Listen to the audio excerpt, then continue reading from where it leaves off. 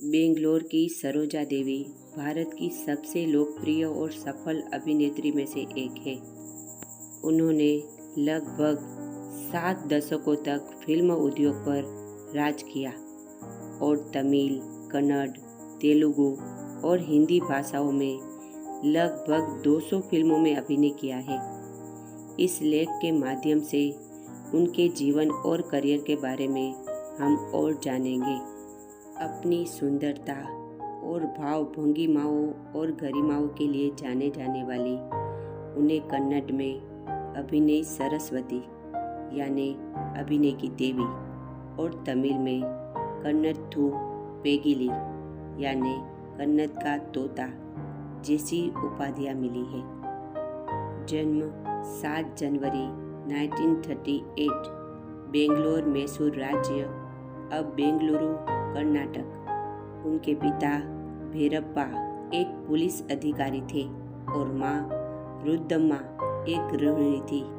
पिता ने उन्हें नृत्य और बाद में अभिनय सीखने के लिए प्रोत्साहित किया। उनकी माँ ने उनके ऑन स्क्रीन पहनावे को लेकर सख्त नियम बनाए थे, जिनका पालन सरोजा देवी ने अपने पूरे करियर में किया।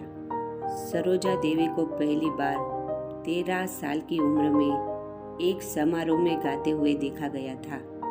हालांकि उन्होंने शुरुआती फिल्म प्रस्ताव ठुकरा दिया था, लेकिन बाद में उन्होंने कन्नड़ फिल्म महाकवि कालिदास 1955 से फिल्मों में प्रवेश किया, जो बड़ी सफलता रही।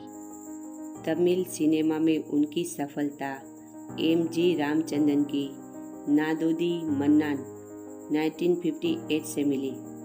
जल्द ही उन्हें हिंदी फिल्मों में भी काम करने का मौका मिला, जहां उन्होंने दिलीप कुमार के साथ पैगाम 1959 से अपनी शुरुआत की। सरोजा देवी 1950 और 60 के दशक में चारों प्रमुख दक्षिण भारतीय भाषाओं और हिंदी में काम करने वाली कुछ अभिनेत्रियों में से एक थी। 1962 में उन्हें चतुर्भाषा तारे का खिताब दिया गया था। 1960 के दशक में सरोजा देवी दक्षिण भारतीय महिलाओं के लिए एक स्टाइल प्रेरणा बन गई थी।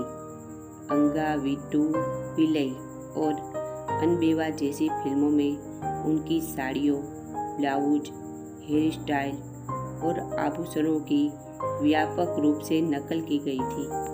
उन्होंने 1967 में एक इंजीनियर श्री हर्ष से विवाह किया। उन्होंने उनके अभिनय करियर को सहारा दिया और आर्थिक संकट के दौरान उनकी मदद की। विवाह के बावजूद उन्होंने अभिनय जारी रखा। हालांकि नई अभिनेत्रियों के आने के कारण उनकी तमिल फिल्मों में उपस्थिति कम हो गई थी।